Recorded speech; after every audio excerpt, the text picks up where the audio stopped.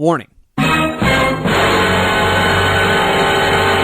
Everybody Has a Podcast is a comedy podcast.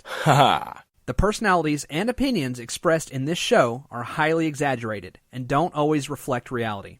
If you're easily offended, this may not be the podcast for you.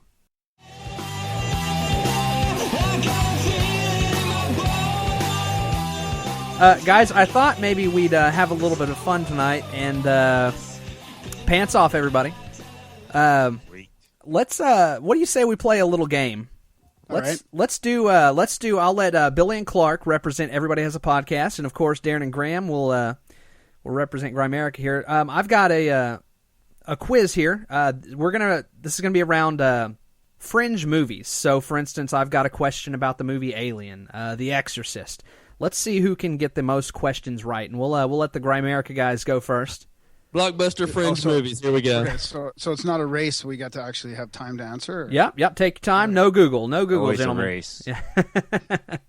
Let's go with question number 1 from the hit movie Alien.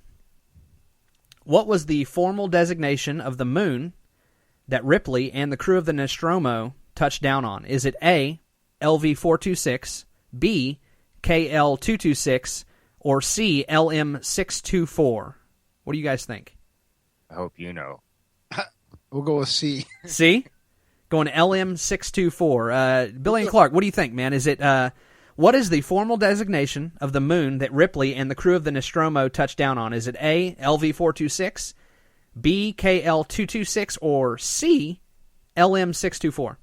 I think we're going to go with UB40. No, LV-426. I think you just named off sunscreen. That's an 80s band, Clark. It was before you were born. God damn it. What are we going with, guys? B-52s. A. I think A? B-52. We're going to go with A, Ryan. All right. Clark and Billy get that one. It is LV-426. Yeah! I feel like Ripley is smuggling peas a little bit harder because we got that one. Okay, can I just say before, Sigourney Weaver in her panties in the 80s still was not hot. I don't care. Oh, I love that scene, man. She comes at night. Mostly. Let's do. I agree. Way to go, Graham. Graham, you're for or against Sigourney Weaver in her underwear? Against. Oh, against. Yeah, that guy gets it.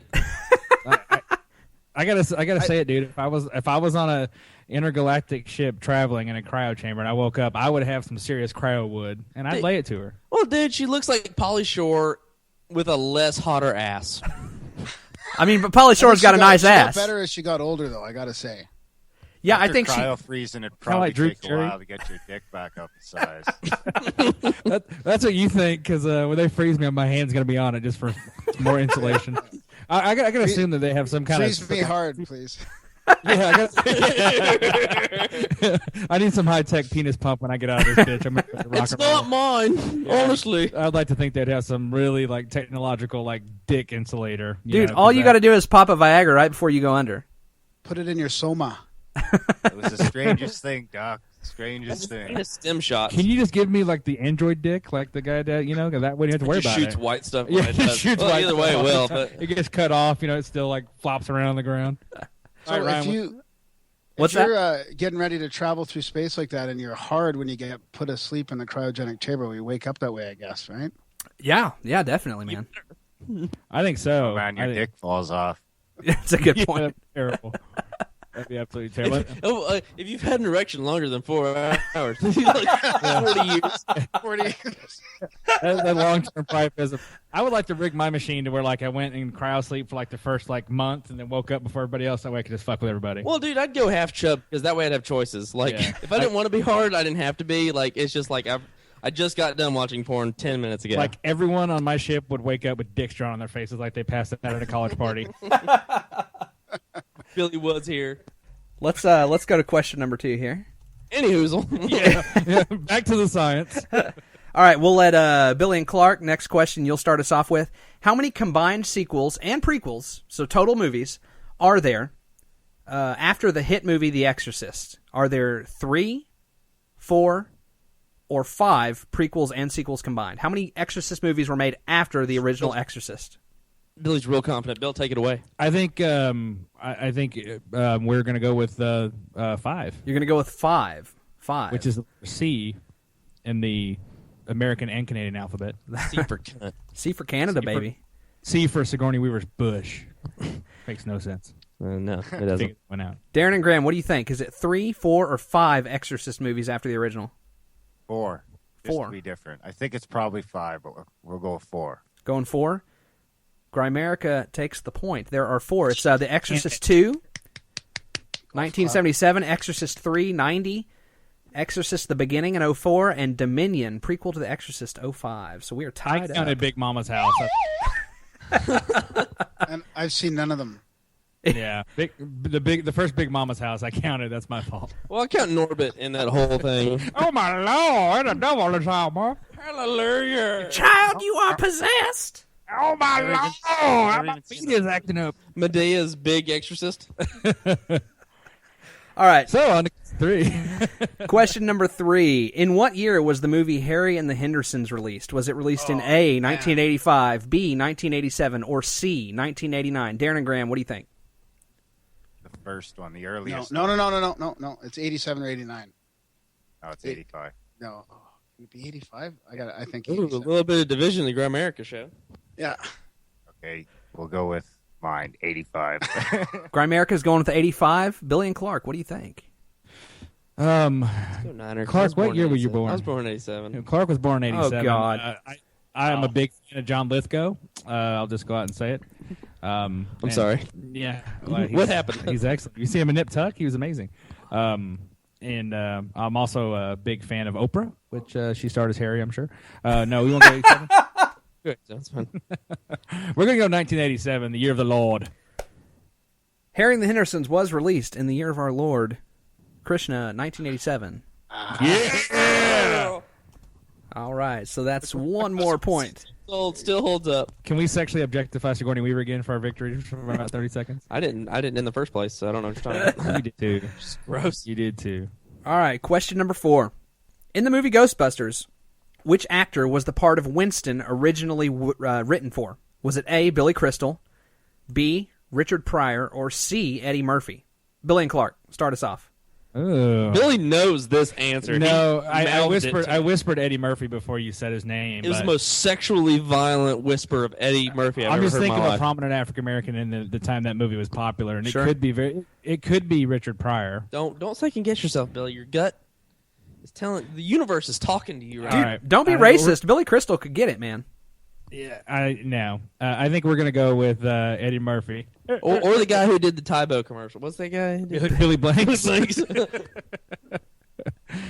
He was also the guy in the opening scene of The Last Boy Scout. If you've ever seen that in movie. the Last Boy Scout? Yeah, he's the one that shot himself after he scored the touchdown. He's like, "Ain't live a bitch." That was a real gunshot to the face. Darren and Graham, what do you think? Who was in the movie Ghostbusters? Which actor was the part of Winston originally written for? A, Billy Crystal, B, Richard Pryor, or C, Eddie Murphy? Was Winston, did he end up being the black guy in the movie? Yep, he was the black guy that came in So halfway through. Here's what I'm thinking. It was originally a white guy, and then they switched it over to a black guy. So it's all about color. It's all about color on this one. Yeah, we'll go white guy. Yeah. White guy, And I like it. Ryan, can I interject for a second? I think that may be correct because there's a definite Saturday Night Live theme to that cast. So, It's a good point. The correct answer is C, Eddie Murphy. woo, yeah! Son of a Dangle the bait and rip it back. I wonder what happened there. I don't know. I was thinking we should go with his gut too, though. I think he was actually Delirious? filming Millions. Brewster's Million. Whitney and Brewster's Million. Well, these guys are over there. They're really busy over there ice fishing. So we're just handing it to them. That's fine. Y'all ice fish still, right? Is that that's a thing? No, You know, it's I still love a Eddie thing. I Murphy. did when I was a kid, for sure. I loved Eddie Murphy in Fresh Prince of Bel-Air. He was awesome. And an iRobot. All right, last question, guys, and this is for the win because we don't ever really keep score very well. In the movie E.T., which TV show is playing in the background when E.T. first learns to talk? So there's the scene where he's talking to Drew Barrymore, or he's learning to first talk. Drew Barrymore's in it. Is it A, The Muppets, B, Sesame Street, or C, The Wonder Years? What do you think, Grimerica? Wonder Years. No. No. That was way after that. Oh, it's got to be B. It's got to be Sesame Street, I think. Winnie Cooper though had some nice cans. Oh, she's fine. Billy. He was probably 21 when she played that role.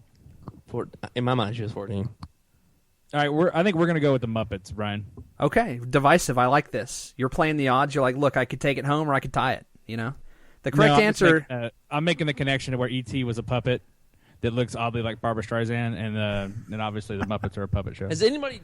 Okay, never mind. I'm not gonna ask the question if anybody's jerked off to E.T. because I'm sure I'm the only one. So you're telling me that you find E.T. sexually gratifying, but not Sigourney Weaver? Not like the whole movie, just the puppet. It's the mom, dude. It's the mom in E.T. Yeah, and the mom. Is it the big red finger, Clark? Ouch. Going home. It even glows, probably vibrates. So, Clark, show me on this speaking spell where E.T. touched you. It's Ouch. The correct answer is B, Sesame Street. Grimerica takes it. oh, assholes. Good job, gentlemen. Good game.